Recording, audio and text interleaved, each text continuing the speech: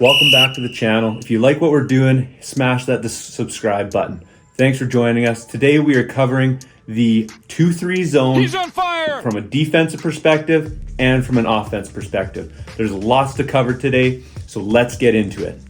Before we begin, let's not forget some very key notes on defense. When we're playing defense, you do not want to allow anybody to dribble to the middle of the floor or pass to the middle of the floor. Very dangerous spot.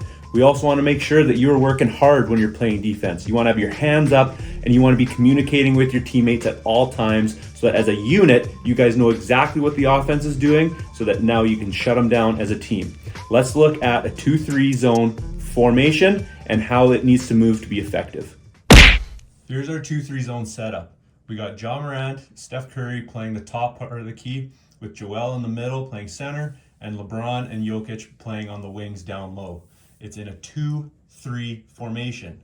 Now, you can see here the ball is at the top, and as the ball comes down, as you're playing in a 2-3 zone, you want to be aware at all times of where the ball is. You want to have one man, one eye on the guy in your area, and you're going to want one eye on the ball so that you know what's going on.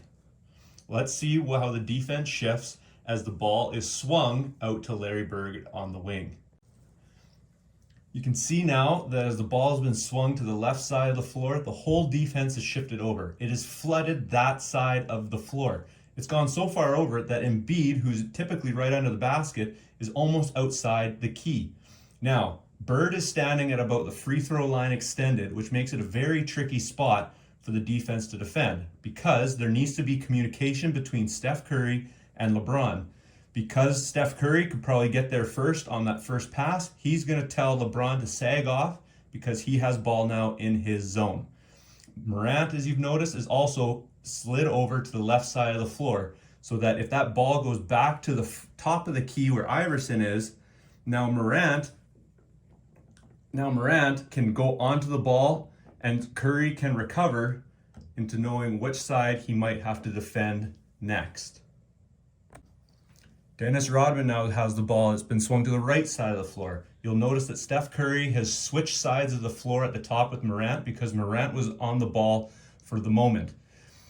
Jokic has shifted all the way over to the right side of the floor to pick up the man and the ball in his zone, while Joel has also shifted over to be help side with LeBron covering the basket in case there is a cutter heading to the rim on the weak side of the floor, which would be like a Larry Bird cutting to the basket looking for a pass.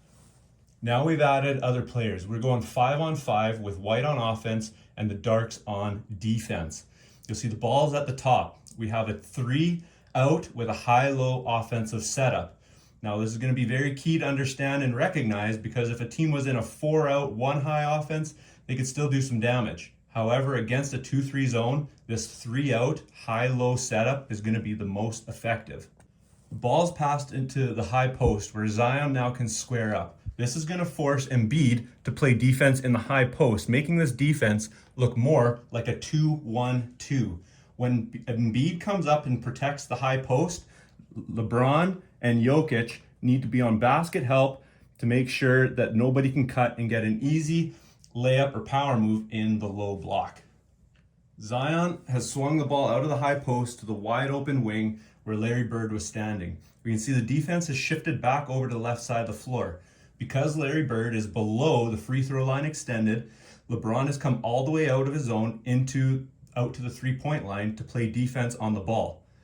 Joel Embiid has now fronted the center. Notice how he's standing in front of Shaq. When you're playing against a very dominant low post player in a 2-3 zone, it's great to double team them. Embiid is fronting the post player so that no entry pass can come in easily. Meanwhile, Jokic is playing basket help defense where if that ball comes in, they can smother the pass and create a turnover.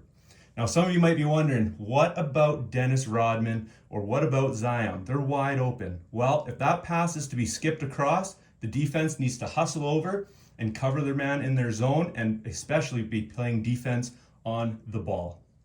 This formation here, you'll see that Ja Morant has sunk down a little bit and Curry is still watching the point guard at the top. It's really crucial that even when the ball goes to the wing, that you're never allowing middle penetration into the key. You want to force everything out to the baseline or the sideline.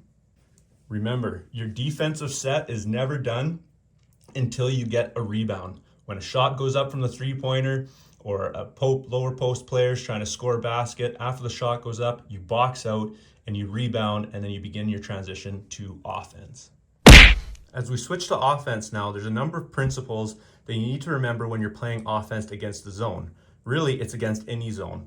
The first is this: we want to make sure that you are always having the ball moving. It can never stop, because once the ball stops, the defense can recover and can play defense. So first thing we want to do is make sure that the ball is swinging around the perimeter, where the ball is being passed side to side on the floor, making the defense work and move and shift as much as you can.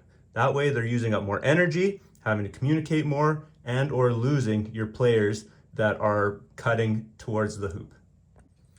The other principle we want to remember is that when we're passing the ball into the high post, it can be really tricky against a zone to just pass it straight in to the high post, which is why you're always going to want to look to pass the ball to the wing first, right? Or swing it back to the wing, and then having a wing entry pass, whether that's to the high post or to the low post, as the defense reacts to where the ball is going.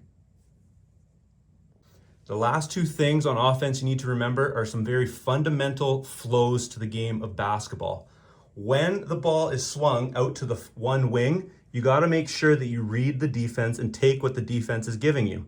You want to make sure that if you're on the weak side of the floor, like Larry Bird, that now you're looking to cut as a secret assassin into the middle of the key. Everybody's eyes could be watching Rodman and the ball, leading you to be a sneaky player to come in for an easy cut for an easy shot. Another great thing to remember if you're a high post or a low post is the automatic fundamental flow. If the high post is to get an entry pass from the wing, that means the low post automatically cuts to a different spot. You can either cut high post or he could cut to the opposite low post. Likewise, if the ball swung to Larry Bird, Bird passes it down to Shaq, now we're going to have Zion automatically cutting to the basket, because we know that he'd be occupying two defenders.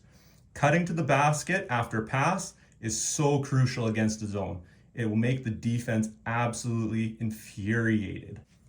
Here I've taken the defense away. We're going to watch the ball as it swung around the key, and then for a post entry pass, and then with one of the high or low posts cutting to the basket.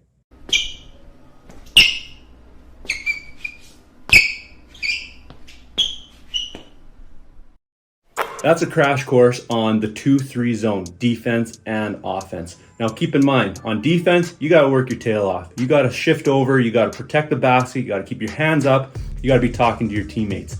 Offensively, you wanna move that ball. You wanna be swinging it around the perimeter. If you're on the weak side of the floor, you wanna be cutting to that high post or low post, looking for a backdoor pass, backdoor cut, so that you can get an easy layup. If the ball stops on offense, so does the defense, and that means they're guarding you guys, so you can't have it. Also, don't forget, if you're on that weak side, you have a great opportunity to rebound. 70% of the shots go long, which means they're gonna hit the rim and bounce to the other side of the basketball court. So if you're on the weak side and a teammate is shooting from the left side, you're on the right side, and you can go in, you can get an easy rebound and an easy putback for some points. Also, don't forget the low corner or the short corner, this spot right here outside the key. If you can hide there, defenses will forget about you, and it's a great spot to draw a foul from and get an and one. Thanks for watching. Make sure you hit that like button, subscribe, add a comment if you got a question about anything I was saying today. That's a Swish.